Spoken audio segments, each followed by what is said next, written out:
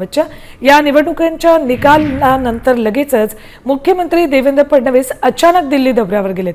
त्यांनी दिल्लीत गृहमंत्री अमित शहा आणि भाजपचे राष्ट्रीय अध्यक्ष नितीन नबीन यांची भेट घेतली। या भेटीत त्यांनी राष्ट्रवादीच्या विलीनीकरणावरही चर्चा केली आहे। फडणवीसांचा दौरा म्हणजे राजकीय घडामोडींचे संकेत असल्याचं बोललं जातंय।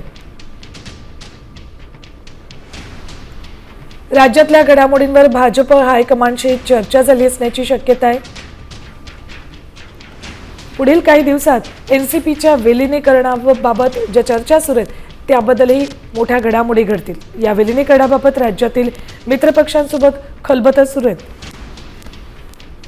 दादांच्या विमान अपघातानंतरच्या राजकीय मुद्द्यांवरही फडणवीसांनी दिल्लीत चर्चा केली।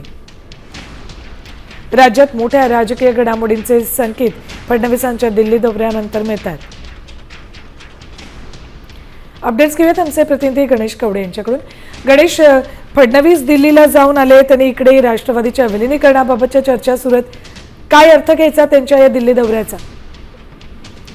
नक्कीच मुख्यमंत्री देवेंद्र फडणवीस यांनी आहे तो दिल्ली दौरा केलेला आणि विशेष करून जर बघायचं झालं तर गेल्या काही दिवसांपासून दोन्ही राष्ट्रवादी एकत्र येण्यासाठी ज्या काही चर्चा सुरू आहेत आणि याच पार्श्वभूमीवर खरं तर देवेंद्र फडणवीसांचा दौरा अत्यंत महत्त्वाचा मानला जातो, कारण की मोठा पक्ष असणारा भाजप यासोबत सरकारमध्ये असणारे राष्ट्रवादीने जर विलीनीकरण करायचं असेल तर एकत्र बसून चर्चा करणं हे अत्यंत महत्त्वाचं आहे। अशा पद्धतीचं देखील एक वक्तव्य आहे ते भाजपकडून आलेलं पाहायला मिळत होतं आणि याच पार्श्वभूमीवर केंद्रीय मंत्री अमित शहा आणि त्याचबरोबर भाजपचे अध्यक्ष नितीन नबीन यांची भेट आहे ती घेतल्याचं समजतं आणि त्याचमुळे या विलीनीकरण संदर्भामध्ये काही चर्चा झाली का हे देखील येत्या काळामध्ये पाहणं गरजेचं आहे। ठीक, धन्यवाद गणेश संपूर्ण माहितीसाठी।